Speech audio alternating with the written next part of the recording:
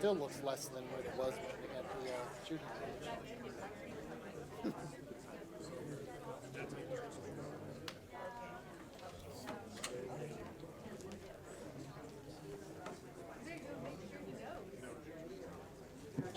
How's it been going?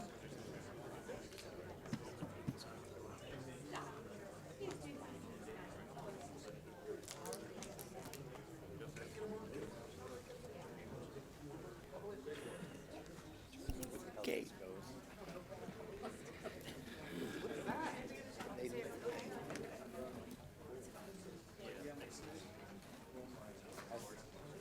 All right, ladies and gentlemen, it's 7:05, and we'll call this meeting to order. Tuesday, January 21st, 2025, council meeting. And we'll start with a moment of reflection, and first, and then followed by the Pledge of Allegiance.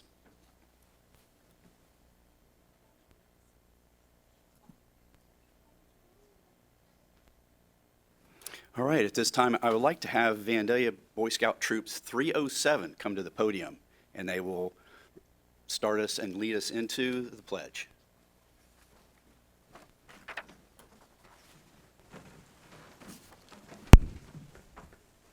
Get over here.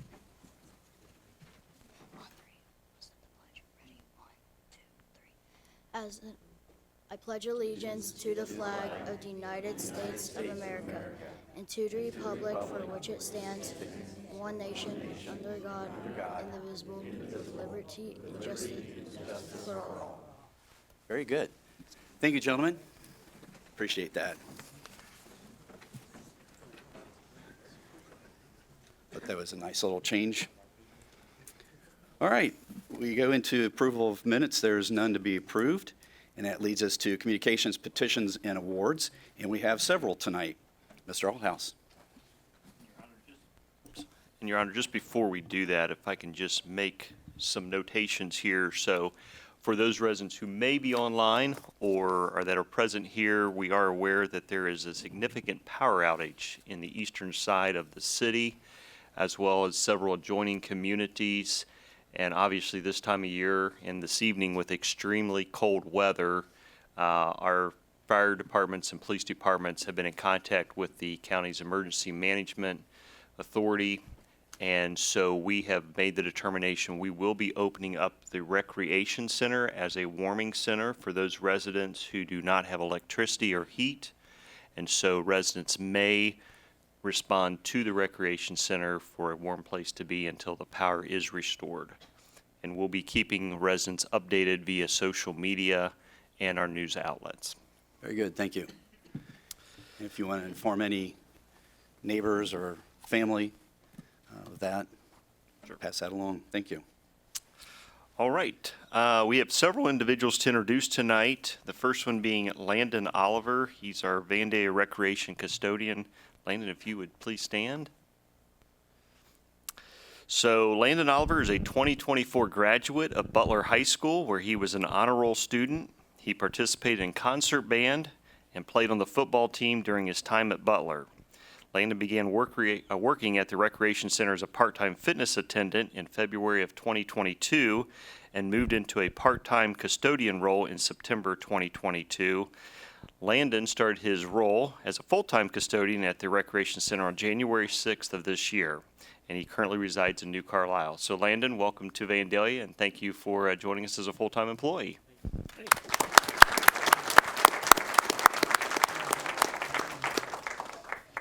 The next couple introductions are all members at the fire service, the Division of Fire. And so as I read their bios, I would ask for them to stand, and then once I've read the bios, I will come down and administer the oath to each of those individually. So Isabella Beam.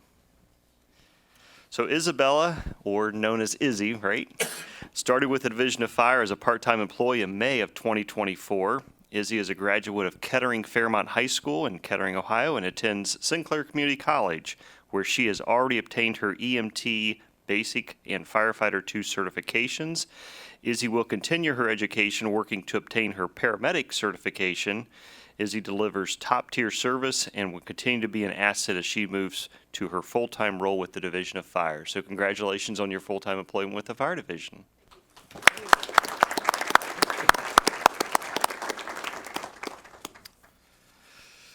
The next one we'd like to introduce is Michaela Molesky. Michaela joined the Division of Fire as a part-time employee in August of 2022. Michaela is a graduate of Vandalia Butler High School and the Miami Valley Career Technology Center, where she was enrolled in their fire EMS program. Michaela continued her education after graduating and just recently obtained her paramedic certification. Congratulations on all that hard studying. Additionally, Michaela has a letter of commendation and a Victory V for going above and beyond during a recent EMS response, and this is just one example of the top-tier service Michaela provides. Michaela will continue to be an asset as she moves to her full-time role with the Division of Fire. Congratulations.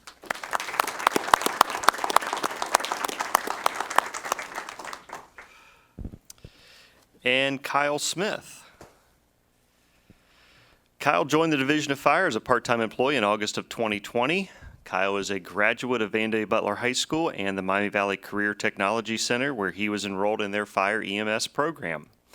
Kyle continued his education after graduating and obtained his paramedic certification in May of 2024. Additionally, Kyle has received multiple awards and letters of commendation over the last few years with the Division of Fire. Kyle will continue to be an asset as he moves to his full-time role with the Division of Fire. Congratulations on your appointment. So at this time, I will come down and we will administer the oath to each of you.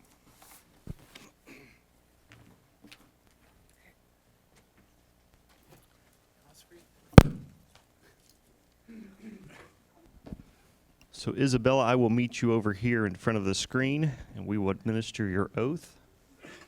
And for any of you here that wish to take pictures, feel free to step up, move around. You can take pictures, and then we'll do family pictures after we administer that oath.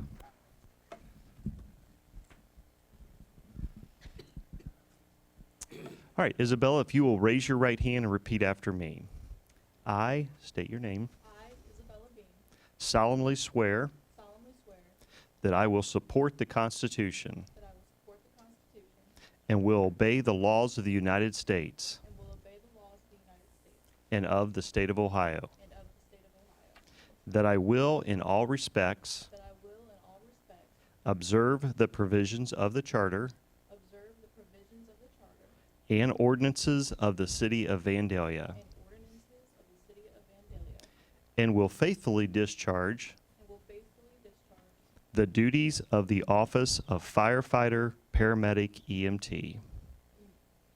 The duties the duties of the office of the office of Firefighter, Paramedic, EMT of firefighter, paramedic, EMT within the Division of Fire. within the Division of Fire. Congratulations.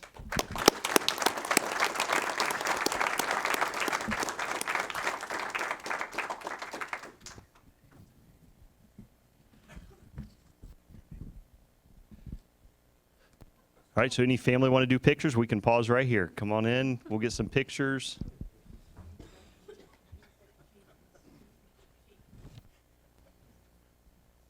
Oh. Can you grab those for me real quick? Sorry. They're on my desk.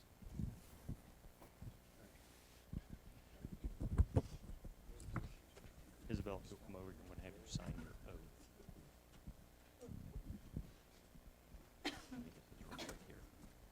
We're going to make this official by getting her oath signed, so.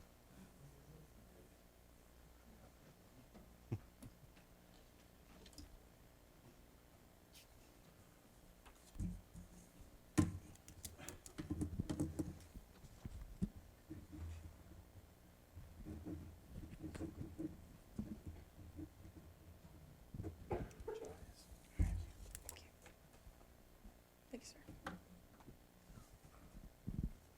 Okay, Michaela?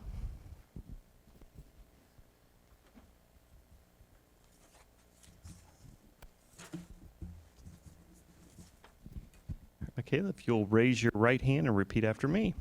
I state your name.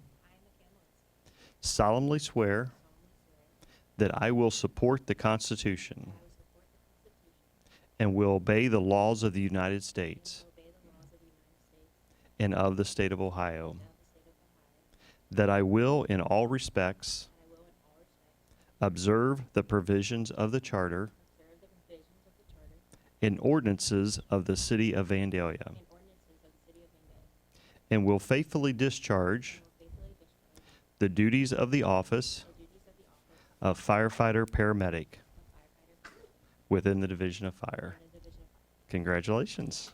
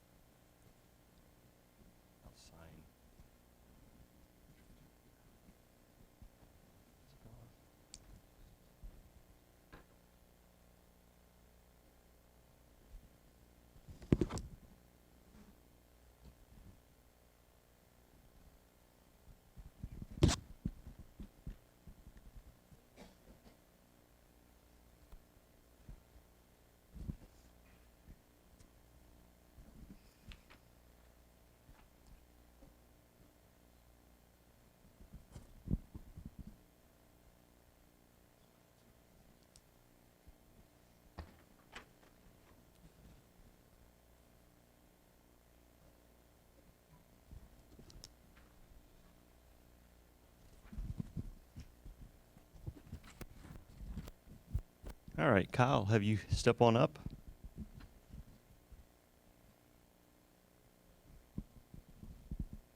Kyle, if you'll raise your right hand and repeat after me.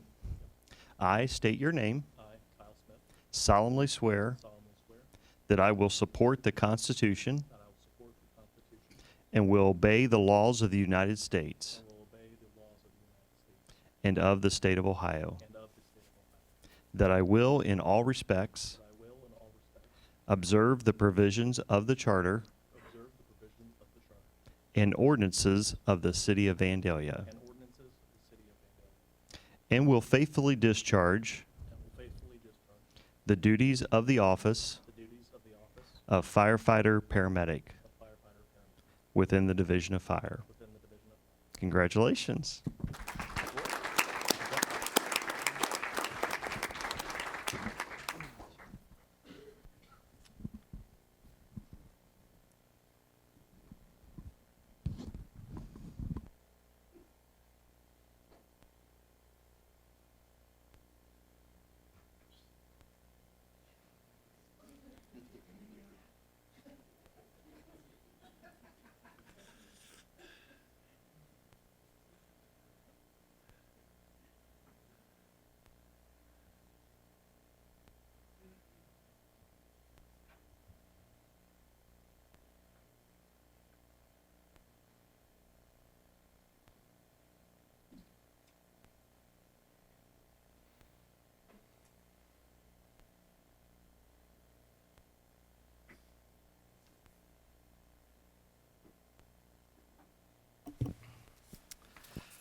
All right, and just a couple more.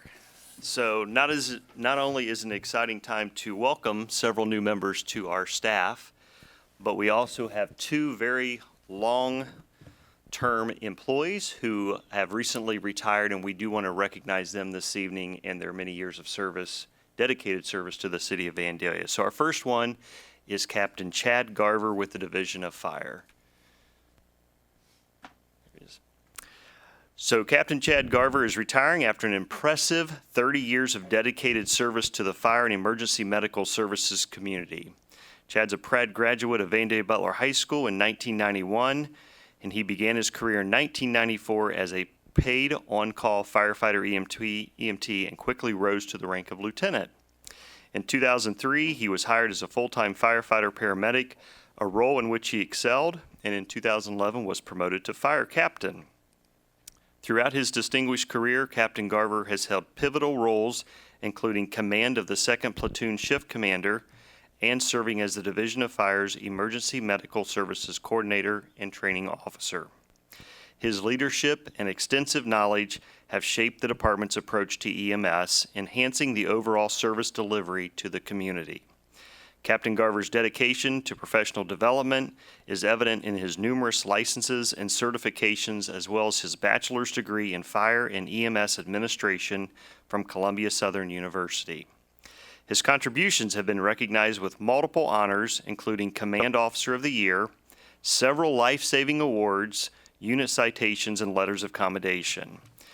Known for his unwavering commitment to excellence, Captain Garver has set the standard for customer service and EMS service delivery. His leadership has directly impacted the lives of countless residents of the City of Vandalia, and his legacy will continue to resonate with the Division of Fire and the community he serves so diligently. As he retires, Captain Garver leaves behind a legacy of professionalism, integrity, and dedication that will inspire future generations of firefighters and EMS professionals. Captain Garver, congratulations on your retirement, and thank you for your many years of service.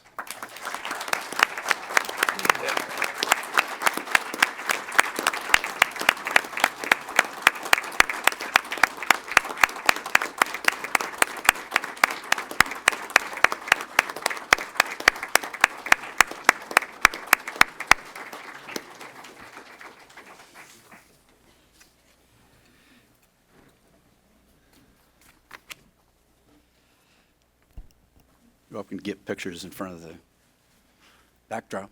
Okay, you're good.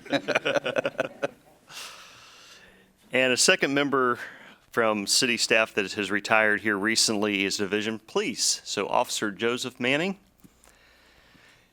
Officer Manning announced his retirement and was effective January 19th, this past Saturday. And this marks the end of a law enforcement career spanning over 29 years, with over 24 of those years with the Vandalia Division of Police.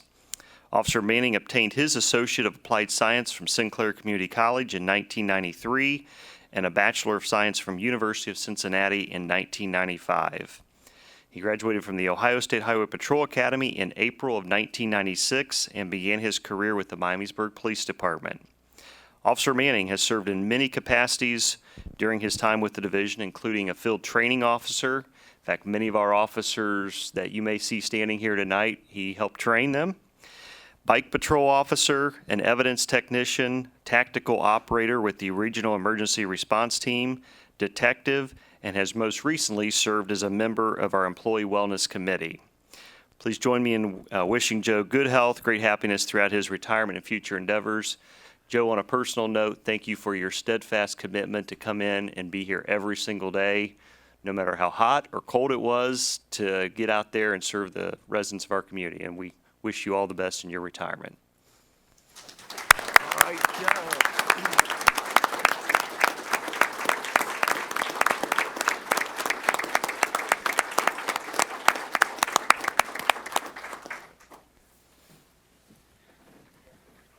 Any plans for either one of you afterwards? To just go fishing or camping, whatever? Yeah, very good. All right. If you're here for the introductions and oath of offices only and don't plan to stay for the exciting council meeting where we govern the city, you're welcome to leave or exit this time. So appreciate you coming and supporting those today.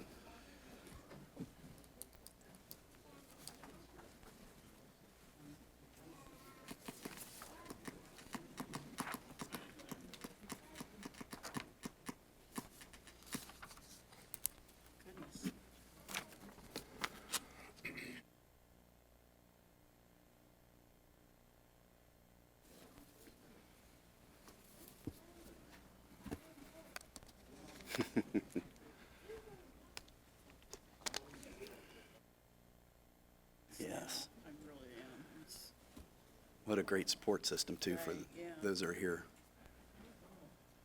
That's awesome. an important thing, yeah.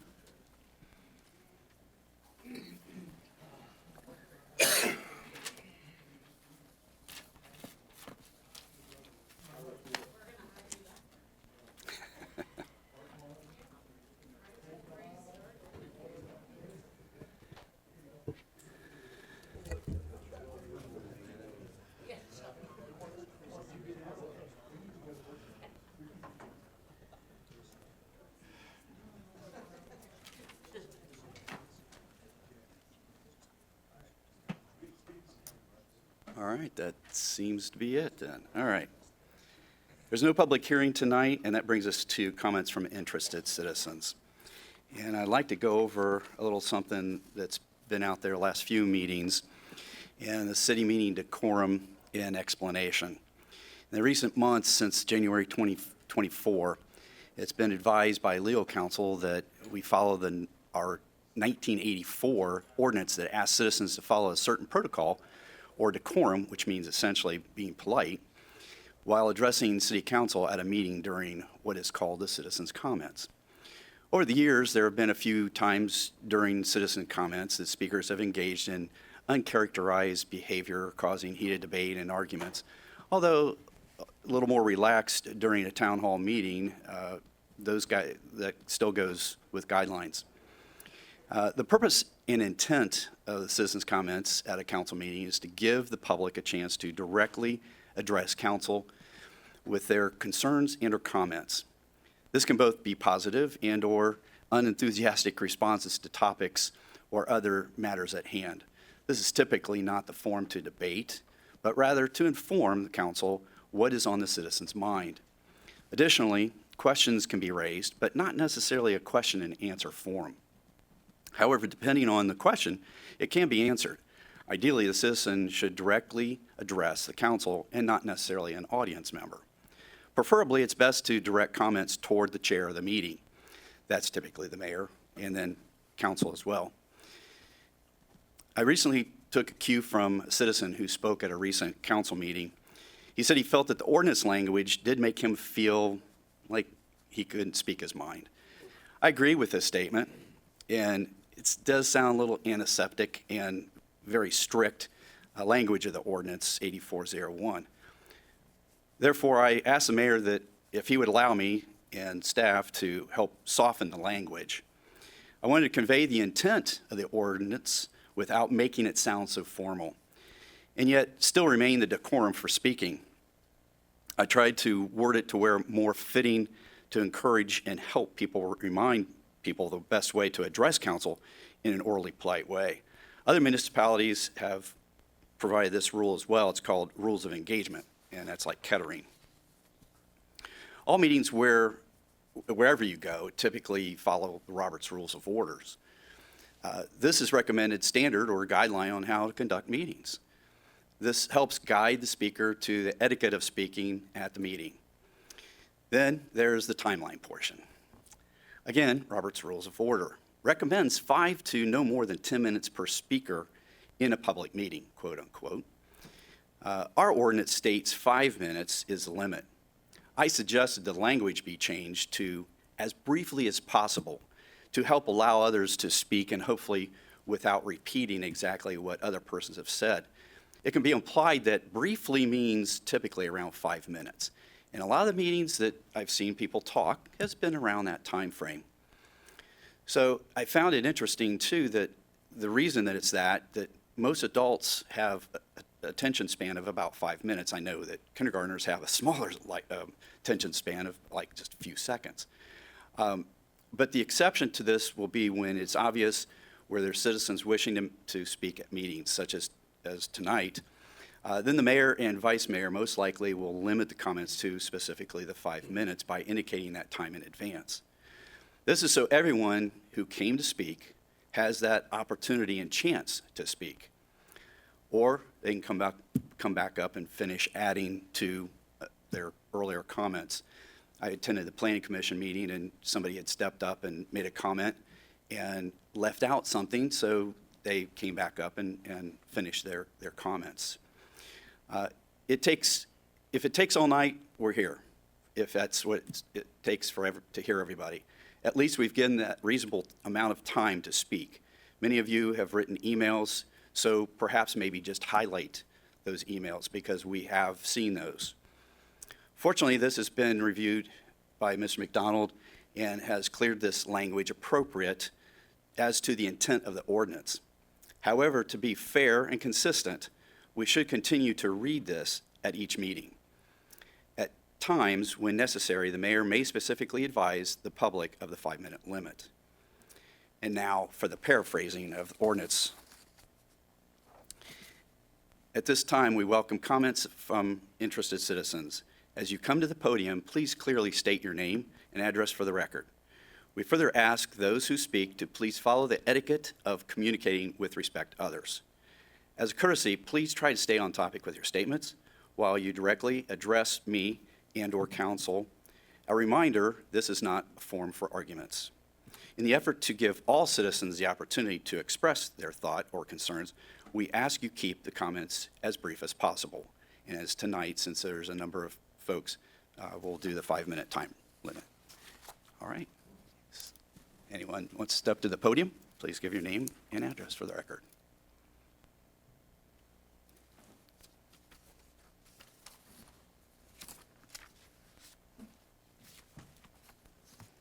Good evening, Council. Donald Hutchison, 1058 Bristol Drive. I wondered if maybe I got the wrong impression tonight in regards to the comment about a traffic study on South Brown School. Find that kind of interesting that it doesn't seem to get more attention. Over 31 years ago, I moved to where I'm at now, and I lived down on South Brown School across from where the sled hill was.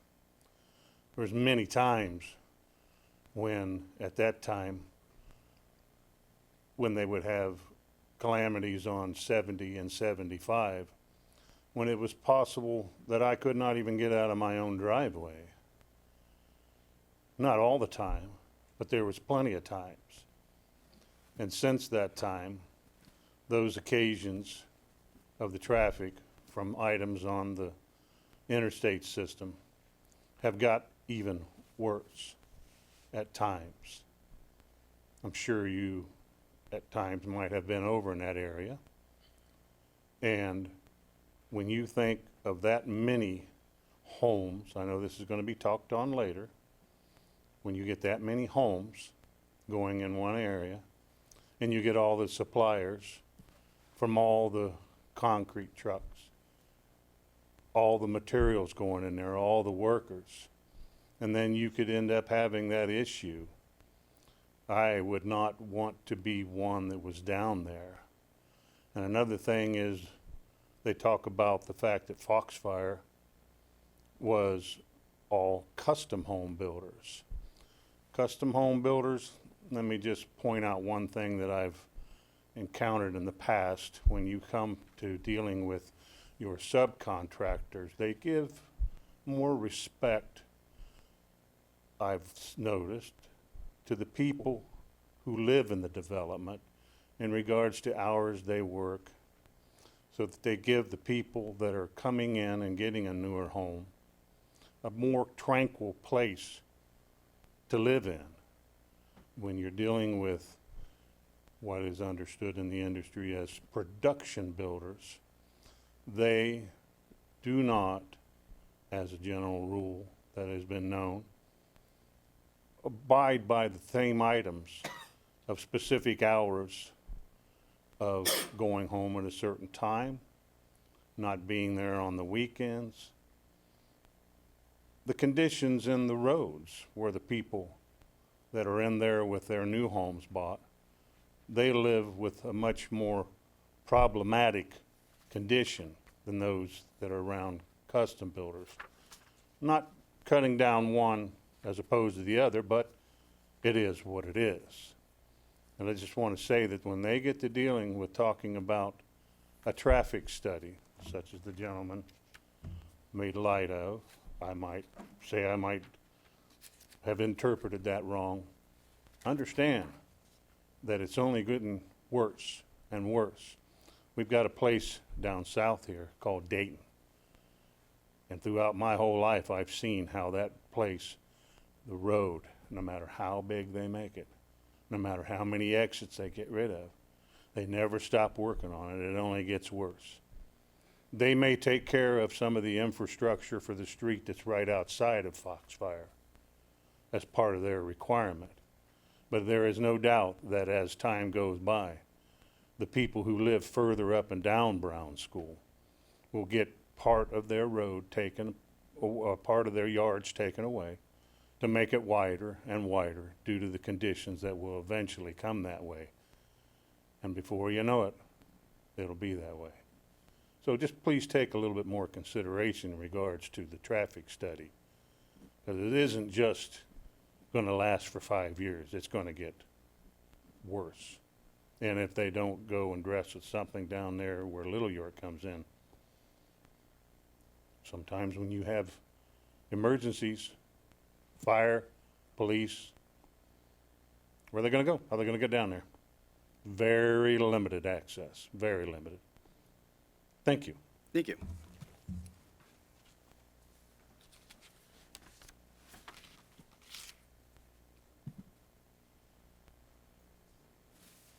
Good evening, Council. My name is Amos Nip. I live at 207 James Bohannon Drive, Apartment 2. I'd like to talk about the development a little bit myself. Some figures were given tonight that I think might have been a bit misleading. We were told that 16% of home buyers cannot afford a home over $100,000. We were also told that the same percentage can afford one that is over $500,000. I think that's a little bit misleading. I'd ask to imagine what percentage of buyers can afford a home that's over $150,000 or $200,000. I think the percentage of buyers who cannot afford a home is going to increase dramatically the higher we continue to make those prices. So I think by saying, look, we're advertising these homes to an existing market, someone that's very there and tangible, I think is a little bit out there.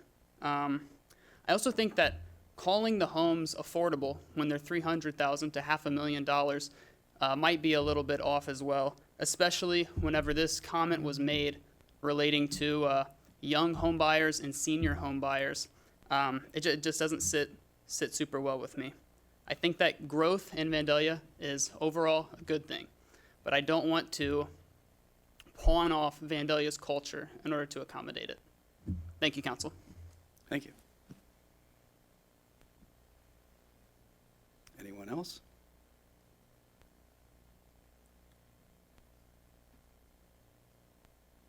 Going once? Okay.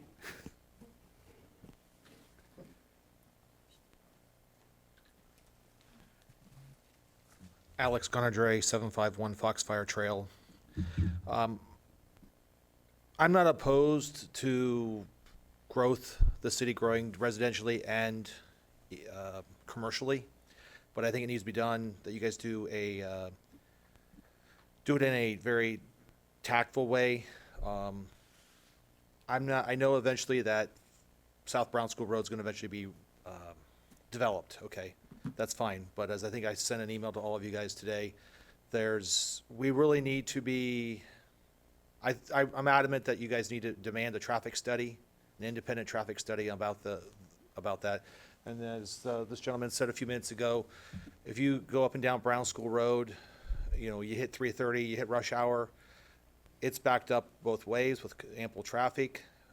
If you're traveling north on it, there's a lot of semis that use it as a thoroughfare that are coming out of the industrial park that rather go south to get on the highway than to go up the 4-lane Brown School on National Road there to access the highway, and they fly down through there. So yeah, even if you drop the speed limit 5 miles an hour, I don't think it's going to change how people drive on that road. I think it was even in Mr. Althouse's comments to the developer in that packet of papers that, yes, we can lower the speed, but is it really going to happen? I don't know. So, I hope that you guys do your thorough job before you approve anything to make sure all your I's are dotted and T's are crossed, and make that proper decision accordingly, and make sure that the infrastructure's in there, that if, they're saying 300 cars, I think if you're going to get families that have kids that are driving, I think you're looking at 4 to 5 cars a day coming and going per house, and between what's coming into Foxfire and there, that's over 200 homes. Let's just say you do 3 cars a day at over 200, that's 600 plus. It doesn't account for your delivery vehicles, your service vehicles coming to do work. So you're easily going to be increasing the traffic if it's truly, as Mr. Cronin said at the work session last week. Mr. Cronin said that what he recollected was 5,000 cars a day from the Miami Valley Planning Commission. You added another 800 cars a day. That's a 20% increase of traffic. And then if the highways are backed up, people use as a thoroughfare, as a detour, just as they use Dixie Drive, which is a 4-lane street, or 4 lanes, and we're 2 lanes. And I do know as a resident of Foxfire that we're not gonna get exactly what we'd like to see across the street, but let's, make sure we do it within reason. And then, I know there's was it 600 feet on a cul-de-sac before anything over that has to get clearance from the city. I think with the ample land that they have there, I think any of their accommodations for an extension on the variances for the cul-de-sacs, I think should be, the considerations by you guys should be rescinded, and there's enough land there that they can connect the cul-de-sacs or accommodate their adjustments to not exceed the 600-foot limit on the cul-de-sacs. And I just hope that you guys will take the chart that Addison showed earlier in the in your workshop session, where they showed the comparison of the lot sizes and everything of Foxfire versus their development. I hope you guys can account that that is not an apples to apples comparison. That's an apples to oranges comparison. There are lots of houses in Foxfire that have 80-foot fronts or whatever it was before that was built before they rezoned it to the current RSF2 standards. So there are a lot larger lot widths, okay? So I hope you guys will take a look at that and also note that, yes, his development does have a lot more green space, but there's also a lot more territory or terrain that's not being developed because of financial purposes, and that's why that's not an apples to oranges comparison either. So, so I just hope you guys do your due diligence in listening to us and find some way to find a compromise that fits,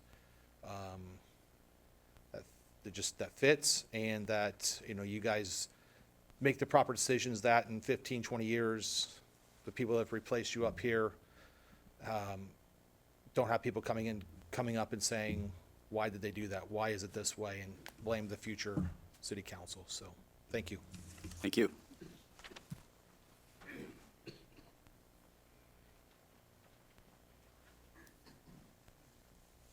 Good evening, council. My name is Corey Shanahan. I live at 527 Shadowwood Drive in Woodland Meadows. I've lived in Vandalia my whole life, all 20 years of it. I went to schools here. I was employed by the school district for a short time in high school doing maintenance staff, getting schools ready over the summer for the new school year to start. That was a fun, backbreaking job. I'm currently employed by the school district as the high school boys swim coach. And one day when I have kids, I'm going to send my kids through our schools. The following concerns I sent you guys via email, but they're in reference to the housing development proposal from Addison and the impacts they may have on our school district in the future. I want to reference a letter to the city council from the school district on October 21st of last year. It notes that the district agrees with this housing proposal and concludes that the single overarching reason for approving of this addition is to reap the financial benefits, despite admitting that there are definite challenges that would come from such an approval. Quoting from the letter, it states, while there are definite challenges as noted above, we believe we could address those challenges to reap the financial benefits expressed above. Some of the challenges noted by the school district include an inability to accommodate a potential surge of students in our buildings, as well as traffic concerns specifically at Smith.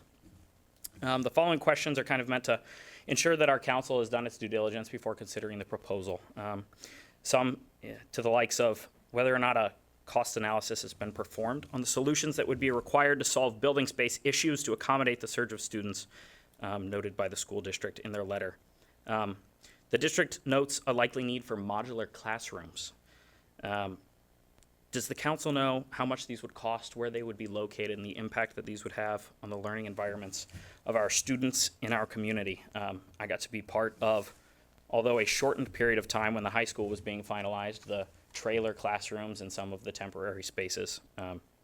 They were interesting.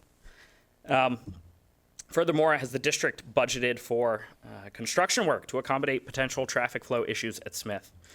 The district also notes that staff will need to be hired due to these additional students. Do we understand how many staff will need to be hired, at what schools, and the total associated cost of adding these staff members over what period of time? Again, I don't raise these questions to indicate that these things have not been considered, but again, rather to confirm this information is evaluated and finalized before we consider a proposal, understanding both short and long-term impacts that this might have. Additionally, in the letter, there's a statement that new additional homeowners in the district would benefit taxpayers in the district as more people will pay taxes, which will lower the amount current taxpayers are paying. This was interesting. It stuck out to me as a bit unusual. Lowering the tax share of our community members instead of just increasing revenue and budgets. Can I expect the city to lower my taxes? And by how much would the city be lowering my taxes? If this is not being considered as a result of the proposal, I completely understand. But if so, I would respectfully ask it be removed from the official proposal to the council if it is inaccurate. Addison Properties stated at the Planning Commission meeting that this development would lead to $800,000 in increased annual revenue to the school district. I don't doubt that that is true, but the data that backs that up, I do not think has been made available to the public. So if the calculations for this could be made available, I think it would be greatly helpful in public trust that this wouldn't have a negative impact on our school district. That concludes my concerns about the school district that I had prepared, but I found an interesting note in, I believe it was slide 36 of the presentation, you don't need to pull it up, about the comparison between the Foxfire subdivision and the proposed development across the street. There were some unique arithmetic gymnastics performed, and I completely understand why everyone in this room has a stake in the topic being discussed. And the council certainly does not need me to point out, but I feel it is relevant to emphasize. There was a comparison between lots per acre as a metric of density, and one of the council members brought up whether the gross or only developed portions of the property were used for that calculation. A rhetorical question, but one I would implore the council to consider when reviewing density of these lots and how it would actually materialize in construction is the average lot size of the proposal as compared to the average lot size in Foxfire. That's all. Thank you. Thank you for your comments. Anyone else?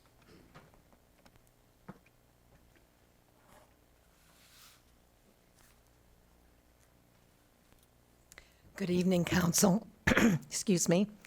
My name is Barbara Breisch.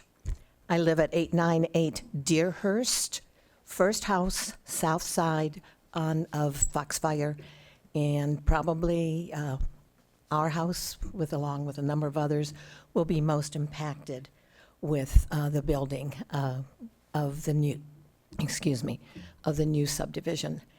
I did make an email today, and I think it's been forwarded to you, but I do want to highlight several things. One being, we are right on that corner, and for 29 years have lived the reality of the hill. And I've said it twice in meetings. Most of us understand something is going to be developed, and we've accepted that. But Deerhurst should not go straight through and be an extension as it is currently planned. It's the very peak of the hill. And when you triple the cars coming and going there, you're going to really increase accidents. Just today, as I was coming out of Deerhurst, turning left onto Brown School, it was gray this morning, a gray road, a gray car without their lights on, and I'm always looking. And just as I was ready to peek out or slip out, a car peeked on the hill. And had I not jammed my brakes on, I would have been hit. This is a regular thing. And when you triple, quadruple the number of cars of that thoroughfare, it is going to be dangerous. When this is built, I strongly suggest, entrances be made further north. The number of homes, the number of cars is just too much of an impacted area. I think it needs to be reduced greatly. I would like to see the larger lots, which are all in my email. I appreciate the fact that the builder is trying to preserve area of natural space, but that natural space is also where creeks are, and it would be very difficult to develop on top of a creek. Where I live, there's 4 or 5 of us have full acres. And the reason it was not developed behind us is because of the gorge and the creek behind us. please, please pay attention to your people who live in Vandalia, particularly the people on South Brown School. I know it is your obligation, your duty, to grow Vandalia, to make it more prosperous, but you also have an obligation to the people and their investments of who are already living here. Thank you very much. Thank you.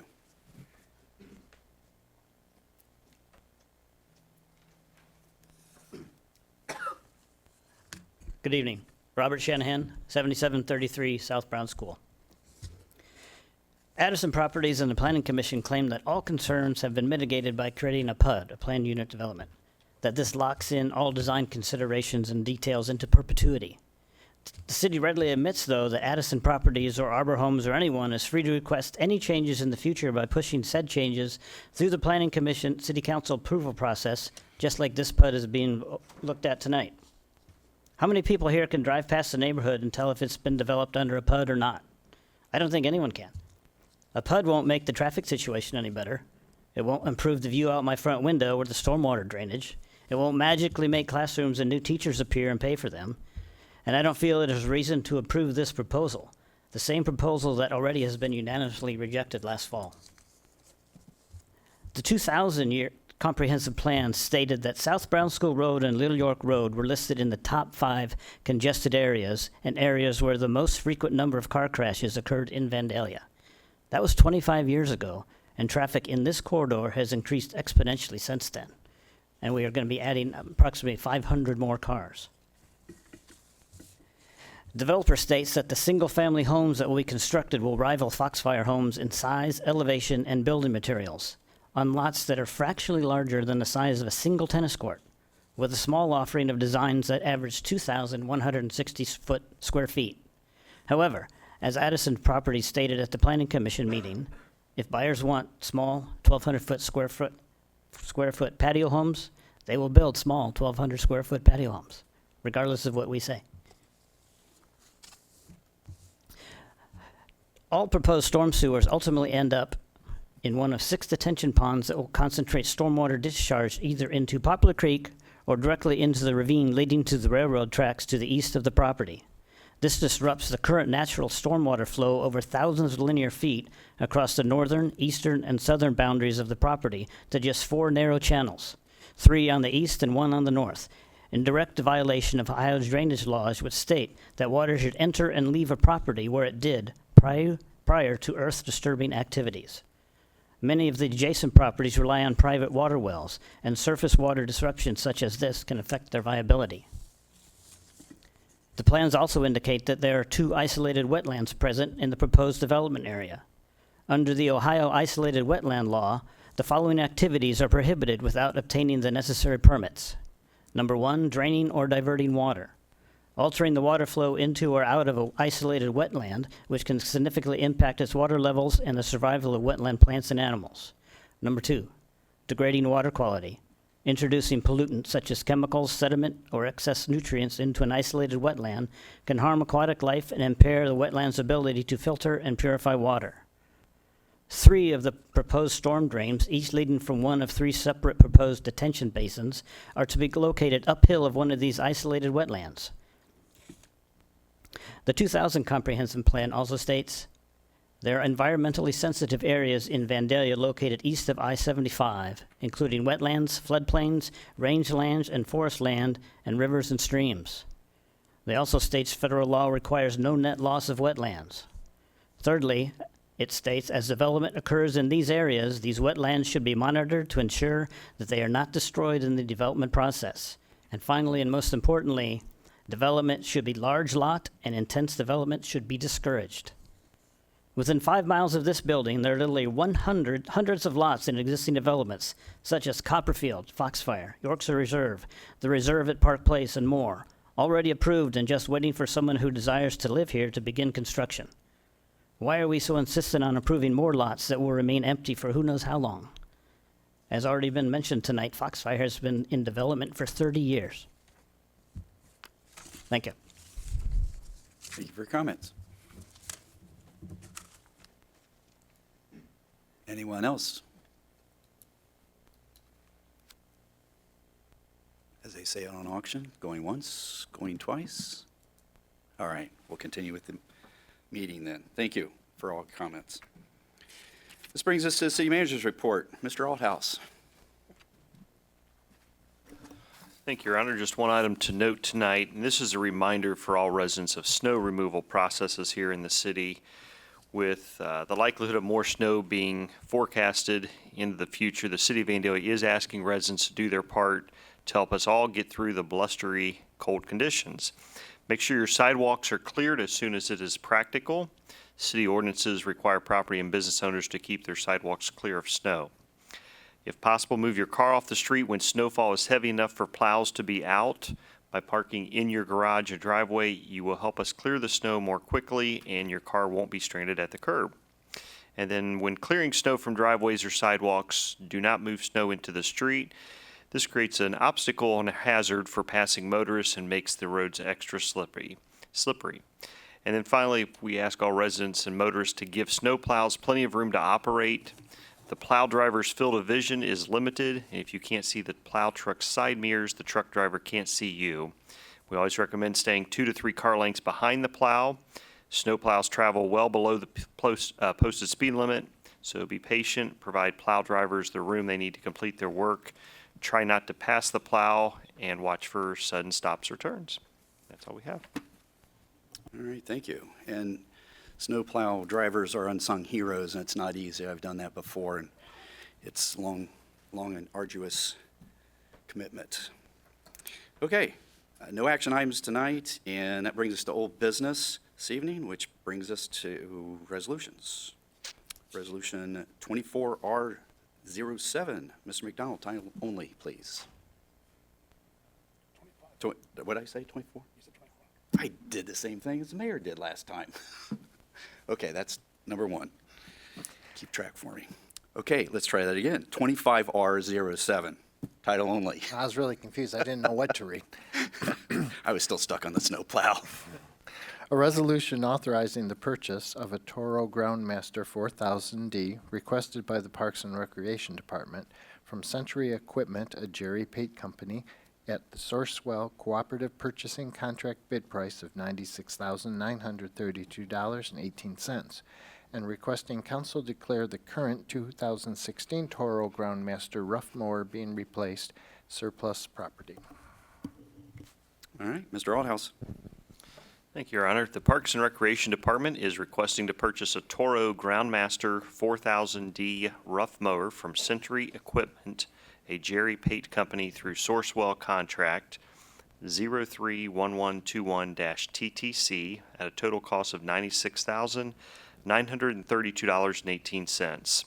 The 2025 capital budget was $105,000 allocated for the purchase based on a price quote received during the budget preparation process.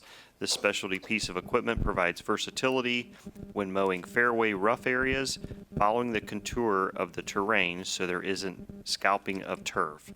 The Golf Maintenance Division's current rough mower proposed for replacement is a 2016 Toro model with 2,227 hours of service. All right, council, do we have a motion? I move that we approve Resolution 25-R-07 as presented. Second. Second, okay, bye. All right, I have a motion by Councilmember Forrest and a second by Councilmember Follick. And do we have any discussion, or please call the roll. It's number 2. Councilmember Follick? Yes. Councilmember First? Yes. Councilmember Avalotis Weaver? Yes. Councilmember Dugan? Yes. Councilmember Lewis? Yes. Vice Mayor Blakesley? Yes, and motion passes 6-0.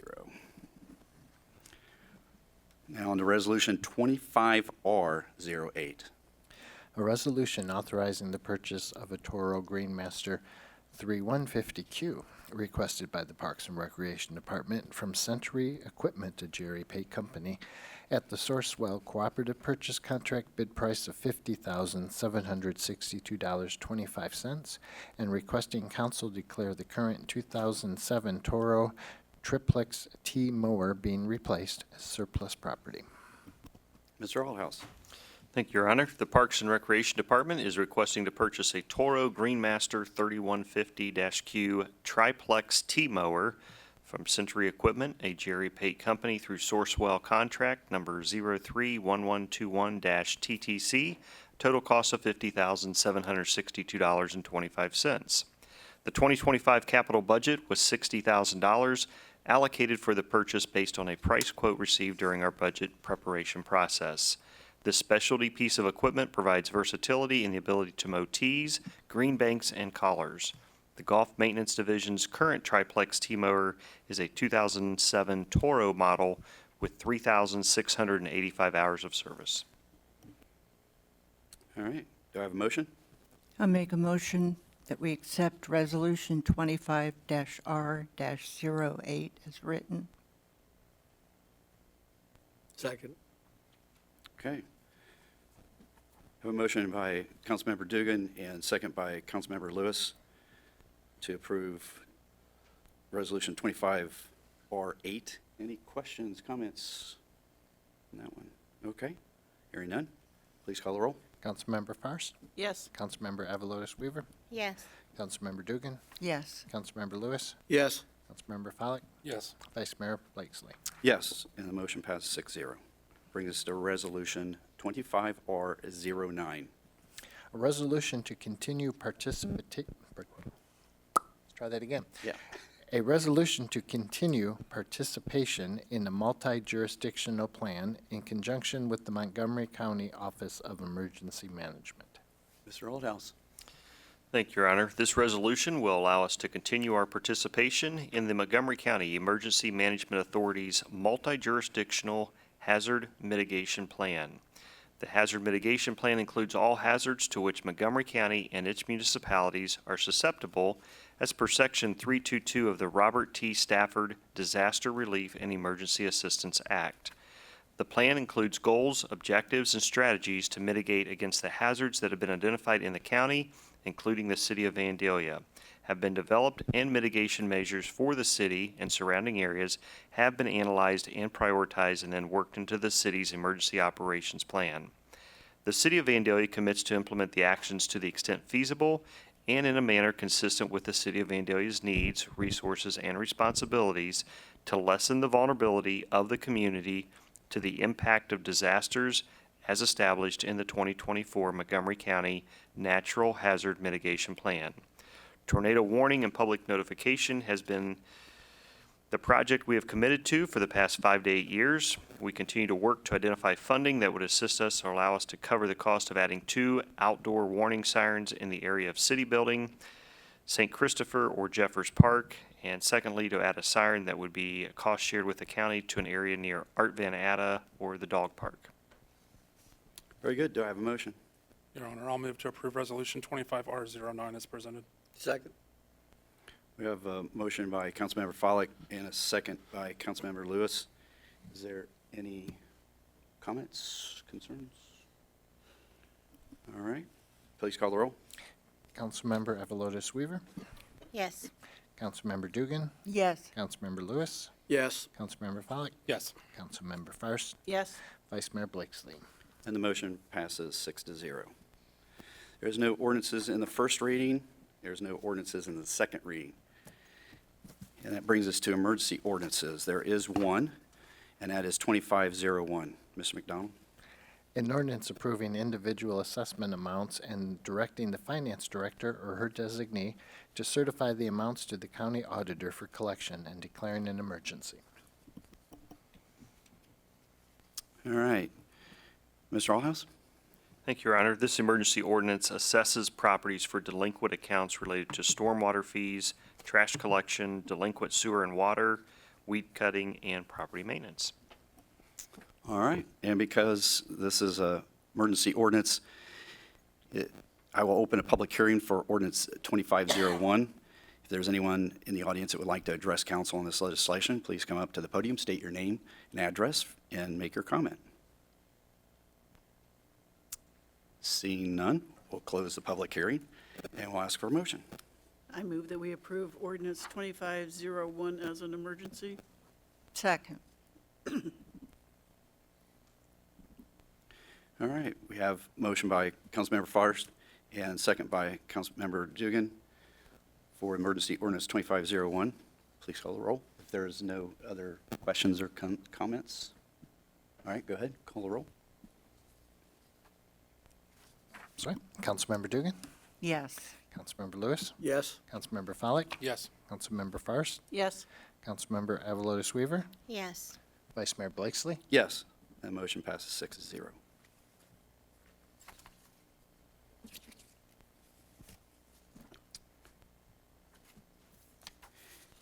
And we have reports from boards, commissions. Everyone has had the opportunity to look at the minutes. Are there any comments from council on those? All right. That brings us to the December bill listing for $2,731,913.38. Monthly expenses of over $2,500 is 25,000. 25,000, thank you. And do the amount of $24,759.50. Any comments about that? It's a lot of money for the second week, second meeting in January. Yeah, that's still a lot of money. Amazing what it takes to have government. Yeah. All right. No comments there. And that brings us to council comments with Mr. McDonald.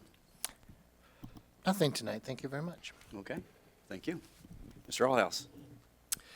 Just congratulations to our new employees and our 2 retirees. We wish them all the best, and certainly thank you for the time to recognize them this evening. And secondly, I just received notification that all the power has been restored that was out in the city, so thankfully that's been taken care of.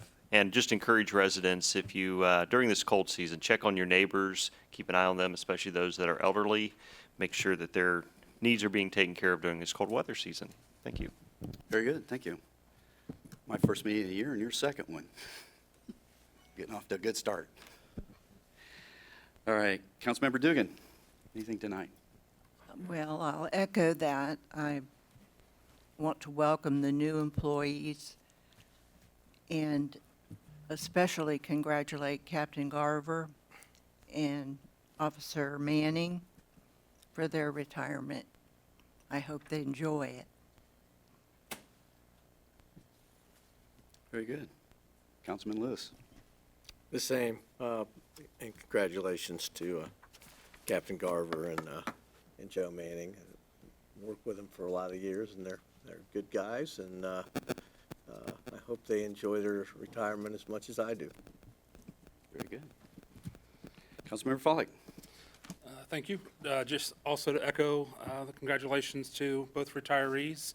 I also wanted to highlight that in addition to retiring, Officer Manning was selected by his peers as the Police Division's Officer of the Year for 2024. So it's a good way to go out in retirement is becoming Officer of the Year. And then also Support Services Manager Deborah Wright, who was selected as the division's Civilian Employee of the Year for 2024. So congratulations to both of them. I don't care. I know I saw him earlier, but I think he left. Kudos to our custodial supervisor in the Parks and Recreation Department, Jack Marshall, and Recreation Superintendent Alicia McCracken. Both employees were able to secure a BWC Safety Intervention Grant for just under $20,000 for use of equipment at the park or at the Recreation Center. So we thank them for their efforts in securing that grant. And also, just before the meeting today, I saw a blurb on social media. I think I got it right, but congratulations or a shout out to Officer Blackford. She was recognized, I think it was this morning, on ABC 22 Fox 45 as a hometown hero for her work recently with a Vandalia resident who was snowed in the driveway, and she helped shovel him out to get him to an appointment and get back into his house on time. So kudos to her for going the extra mile for our resident.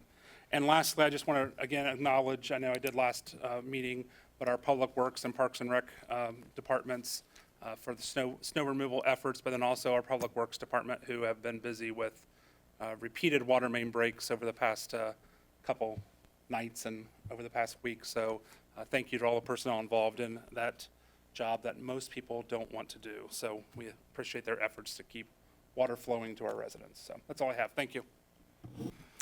Brings Councilmember Forrest.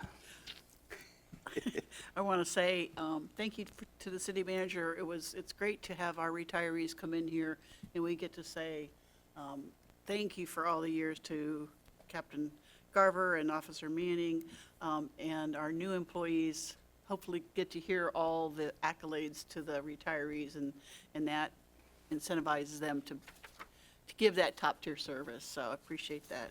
And that's all tonight. Thank you. Councilmember Avalos Weaver.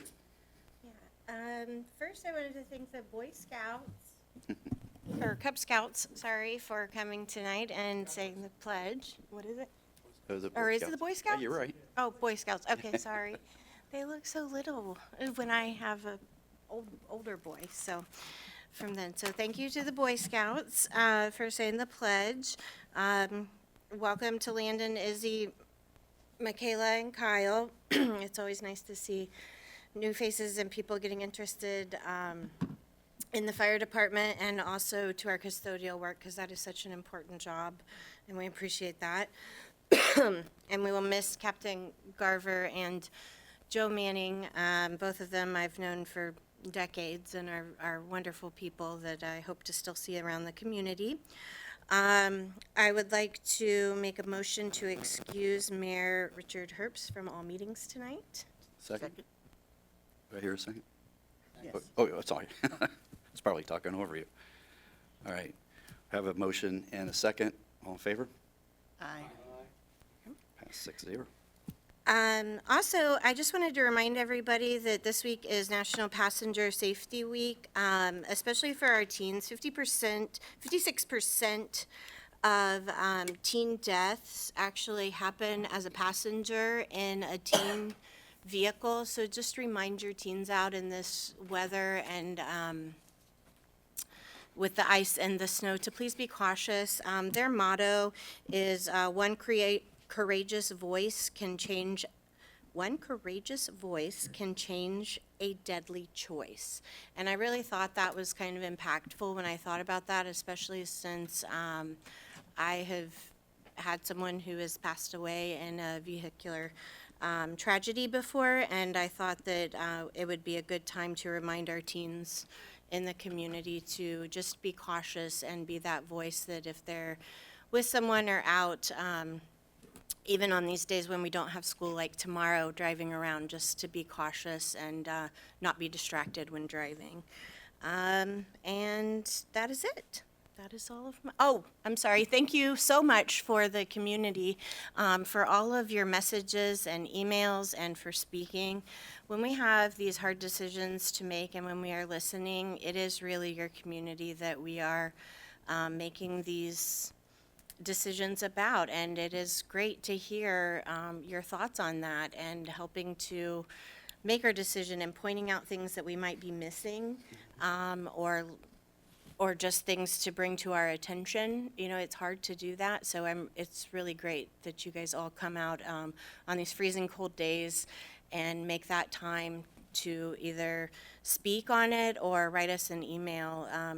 I really enjoy that you guys are being participatory. And that's it. Thank you. All right, thank you. By the time it gets to me, pretty much everything's already been said. I'll echo everything that everyone else has also said. But also, with Captain Garver, I'd worked with him before, and he's exceptional and dedicated, as well as Officer Manning. They're going to be certainly missed. And good luck to them. I hope in retirement that they get to do something fun now. Thanks to the Boy Scouts.